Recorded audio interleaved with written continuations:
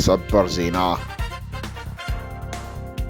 በጋራ እንደሚወጉን ሊያስፈራሩን እየሞከሩ ነው ሲሉ ጀነራሉ ተደመጡ። የጠላቶቻችን ዓላማ ኢትዮጵያን እንደ ሶማሊያ መንግስት አልባ ማድረግ ነው ያሉ ሲሆን የምንዋጋው ፍትሃዊ ጦርነት ነውም ብለዋል። የኢትዮጵያ መከላከያ ሰራዊት የጽንፈኛውን አንገት ያስደፋው እዝ በሚል ርዕስ የ11 ደቂቃ ርዝማኔ ያለው ቪዲዮ አሰራጭቷል። ቪዲዮ ባለፉት ወራት የምስራቅ እዝ በጎጃምና በደቡብ ጎንደር ቀጠናዎች አሳክቶታል የተባለውን ድል የሚያስቃኝ ነው። በጥንቅሩ ላይ የምስራቅ እዝ አዛዥ ጀነራል መሐመድ ተሰማ ለሰራዊቱና ለክልሉ አመራሮች የሰጧቸው ገለጻዎች የተካተቱ ሲሆን ጀነራሉ አነጋጋሪ ጉዳዮችን አንስተዋል። ከዚህ ቀደም የውጭ ኃይሎች በተደጋጋሚ ኢትዮጵያን ለመውረር ሙከራ አድርገው እንደነበረ ያስታወሱት ጀነራሉ የዛሬዎቹ የኛ ባንዳዎች ፎከራቸው አልሳካ ሲላቸው ከነዚህ የውጭ ኃይሎች ጋር ሆነው እንደሚወጉን ሊያስፈራሩን የሞከሩ ነው ሲሉ ወንጅለዋል። ቀጥሎም ሊያስፈራሩን ይሞክራሉ፣ ግን እኮ እነሱ የሚላላኩላቸው ኃይሎች በኢትዮጵያኖች የተሸነፉ ናቸው ብለዋል። እኛ የምናካሄደው ፍትሃዊ ጦርነት ነው የሚሉት የእዙ አዛዥ ሰራዊቱ በአማራ ክልል የተዋጋ የሚገኘው የአገርን ሉዓላዊነት ለማስከበር እንደሆነ ይገልጻሉ። ደርሳቸው ገለጻ ፍትሃዊ ጦርነት ማለት ሀገርን ለማስቀጠል የሕዝብን አንድነት ለማስጠበቅ የሚደረግ ጦርነት ነው። ፍትሃዊ ጦርነት የሚያደርጉ አካላት ደግሞ ስትራቴጂካሊ ያሸንፋሉ ብለዋል።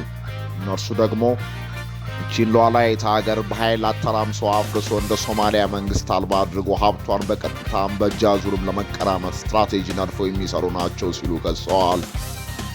በሌላ የውጭ መረጃ ኢራን በባህሬንና በኩዌት መጠነ ሰፊ አጸፋ ጥቃት ፈጸመች።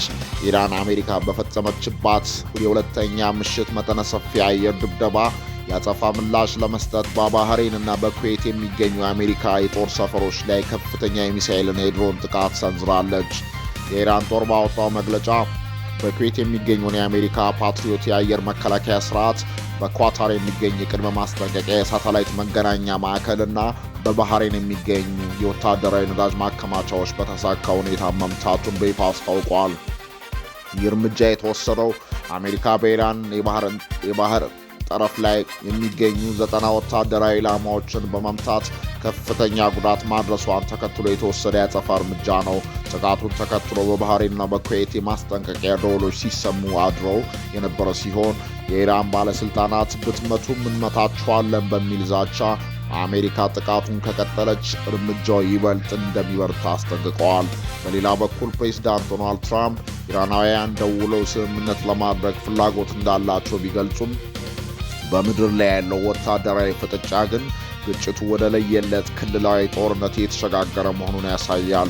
የሆርሙዝ የባህር ሰርጥ ደህንነት አሳሳቢ ሆኖ የቀጠለ ሲሆን ዓለም አቀፉ ማህበረሰብ በስጋት ውስጥ ወድቋል። እስካሁንም በኢራን በኩል በተሰነዘሩት ጥቃቶች የደረሰው የሰውና የንብረት ጉዳት መጠነ ሰፊ ቢሆንም በዝርዝር አልታወቀም። የቀጠናው ሀገራት ከፍተኛ ወታደራዊ ዝግጅት እያደረጉ መሆኑን አልጀዚራ ዘግበዋል። ለዕለቱ የያዝናቸው ሰበር መረጃዎች እነዚህ ናቸው። ቻናላችንን ሰብስክራይብ ማድረግ እንዳይረሳ።